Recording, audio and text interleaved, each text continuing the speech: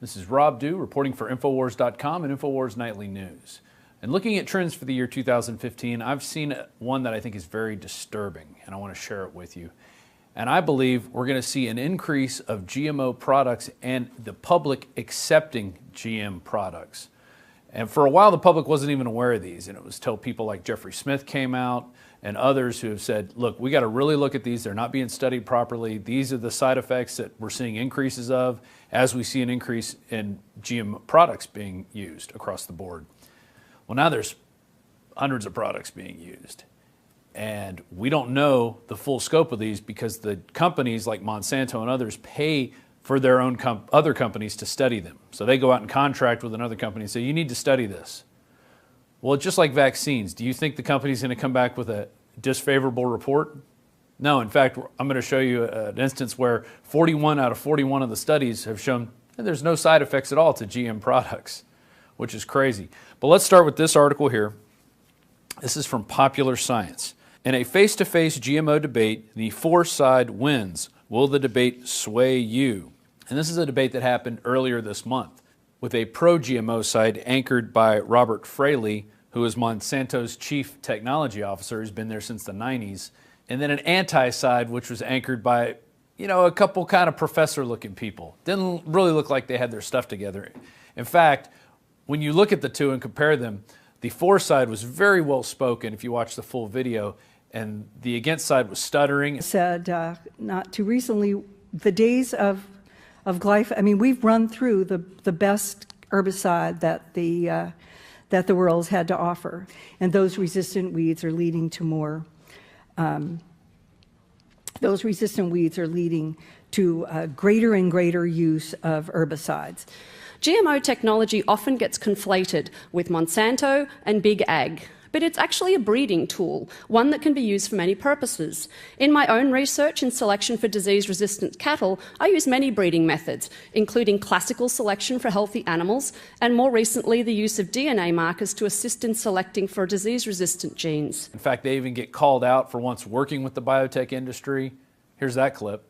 Each of these genes is regulated individually and looked at, and they are also looked at collectively. And there is no reason to believe that they have any concern in terms of stacking them together. In fact, Chuck, I remember one of the first times we met, you actually reminded me that the best way to bring this technology into the marketplace was to bring multiple products together so we had more durability and better insect protection. And in so many cases, the industry's done exactly what you've said. Yes, that's true. I mean, But this debate didn't even really look at the big issues. Both sides seem to be arguing about climate change the whole time. In fact, if you watch the entire video, climate change and global warming is said at least 15, maybe even 20 times during this debate. I started counting about 30 minutes in. To reduce greenhouse gas emissions, there's as strong a scientific consensus on the safety of GMOs as there is on the role of greenhouse gases and climate change. So that's very important. With less environmental impact, like crops that are more resilient to climate change. Feeding 9 billion people without destroying the earth into an environmentally benign activity. Science around global warming, just like there isn't on global warming. So it's the way they frame this debate into this climate change, non-climate change. Do we need GMOs to help climate change? Do we not need GMOs to help climate change? Not really talking about the GMOs themselves. 100% alignment, just like there isn't on global warming, but the science speaks for itself here. And so before the debate, the moderator had everybody vote with their little keypads, and 30% were against GMOs, 32% were for it, and 38% were undecided. Wow, so we're going to have maybe some people swayed here. Well, by the end, 31% were against it, so they only gained 1%, and 60% were for it, a gain of 28 percentage points. That means the team arguing for the motion, genetically modified food, has carried this debate. You can't really have an unbiased debate when you have the for side that actually works in the industry, and the against side, which also kind of works in the industry, if on the periphery, in the outside, in the government sector. So both sides are going to be for government control no matter what. You're really not going to have the debate on whether GMOs are good or bad for us. You're just going to have a debate on whether they should be labeled or whether only certain groups should get them or only certain companies should grow them. And you'll never get the real debate on whether these things are really causing problems or dangerous for us. But let's look at the studies that they keep talking about, all the studies. As the scientist, I let the data tell me whether there's safety concerns, and after 20 years and thousands of studies, and I feel the weight of the thousands of academic colleagues throughout the world that have done these safety studies that haven't found unique concerns, that I have to accept the evidence for what it is and let the data tell me whether it's safe. So here in Natural Society, peer-reviewed research proves biotech studies on GMOs are flawed and inaccurate. And it quotes a ScienceDirect.com article, and this is what they had to say about the studies after looking at them. Our review also discovered an inconsistency in the methodology and lack of defined criteria for outcomes that would be considered toxicology or pathologically significant. In addition, there was lack of transparency in the methods and results, which made comparisons between the studies difficult. And the evidence reviewed here demonstrates an incomplete picture regarding the toxicity and safety of GM products consumed by humans and animals. Studies for 9 out of the 47 crops approved for human and or animal consumption. We can find no studies on the other 38 approved crops. 14 out of the 21 studies were general health assessments of GM crop on rat health, and most of those studies, 76%, were performed after the crop had been approved for human and or animal consumption. So in conclusion, this popular science debate was framed from the start to get a positive GM result, no matter what anybody else said or what anybody else did. They brought in well-spoken people, put them against bumbling kind of professor types. They weren't really good public speakers, and that makes them have less confidence, which has the people watching them have less confidence in their abilities. And therefore, you're going to get the result in the pro-GMO side. I encourage you to go watch the debate for yourself. And just remember this, back in the 50s and 60s, they were saying smoking's good for you. Agent Orange isn't bad, Army. Don't worry about it. We're just going to spray it on the troops. So there's plenty of times out there that government has been proven wrong. So we always need to be vigilant and do our own research for ourselves. One way you could do your own research is get this book. You can find it anywhere. Seeds of Deception. This is a book I read when I first got here, getting into this, and we had Jeffrey Smith on. And I didn't believe him. I was like, these GM products can't be that bad. They're talking about this being the holy grail of food production. And after I read this, and at the end, what's really amazing is all the indexing that was done, all the sources that are in here. You really need to check this book out for yourself. We sell it in the InfoWars store, but you can probably also find it in your library. We also have Genetic Roulette, which talks about the adverse effects related to GE foods, genetically engineered foods. So do your own research. We also have a video series called the GMO Trilogy that you can get for yourself. Now I want to go to one final article. The Secret GMO War, Double Agents, Betrayal, and Greed. And this is by investigative reporter John Rappaport. And this is what he had to say earlier this week when he was on the Alex Jones Show about the GMO labeling hypocrisy.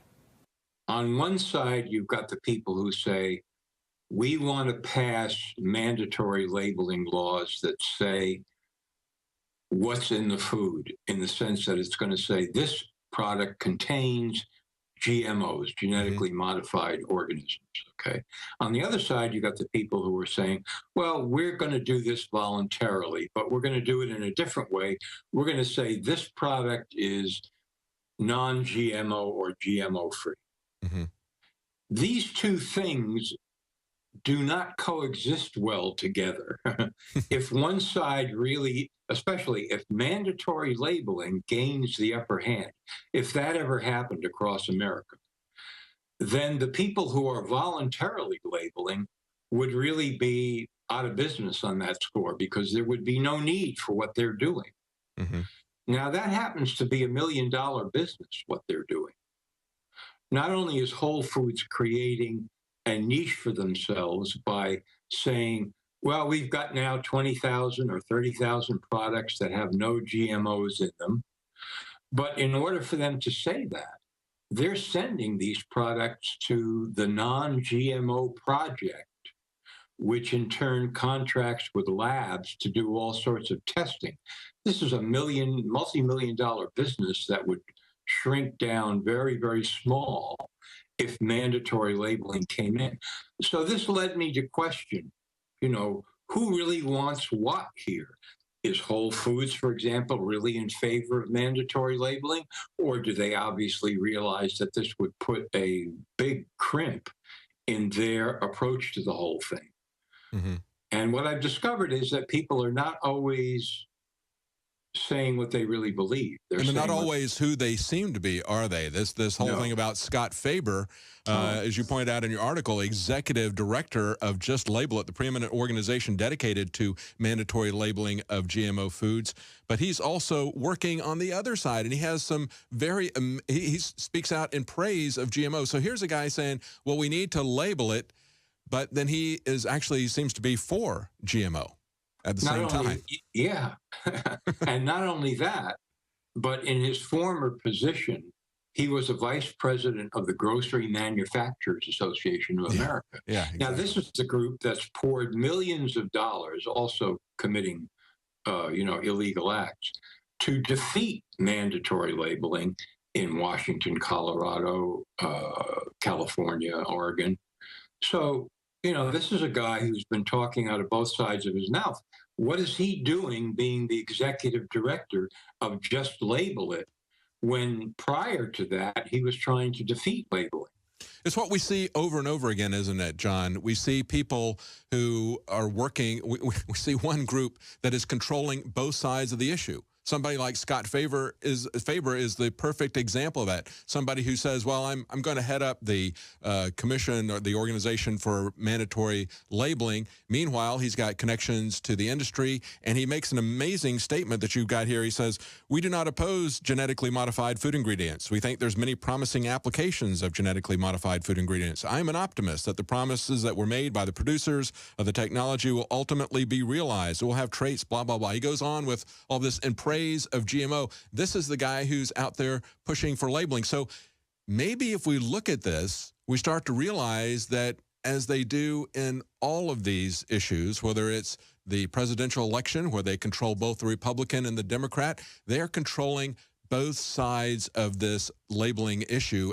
In addition to this labeling hypocrisy, we've also seen bill initiatives get defeated in Western states. And then when you look at the money that was for and against these labeling initiatives, Monsanto always comes out on top because they have more money to spend, and they can just weave lies together and make you believe that GMO products aren't bad for you, when in fact they are.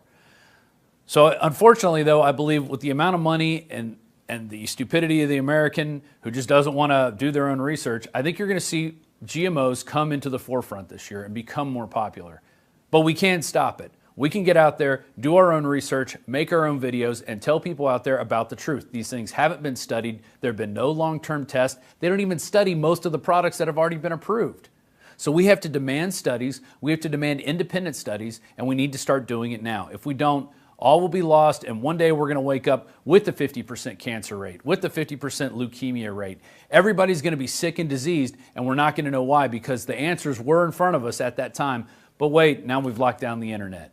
This has been Rob Dew reporting for Infowars.com. Hope everybody out there has a happy new year and stay informed this year. This could be a year where we change the tide of the many people out there that are just walking around as zombies, falling asleep. We need to do our part. Thank you.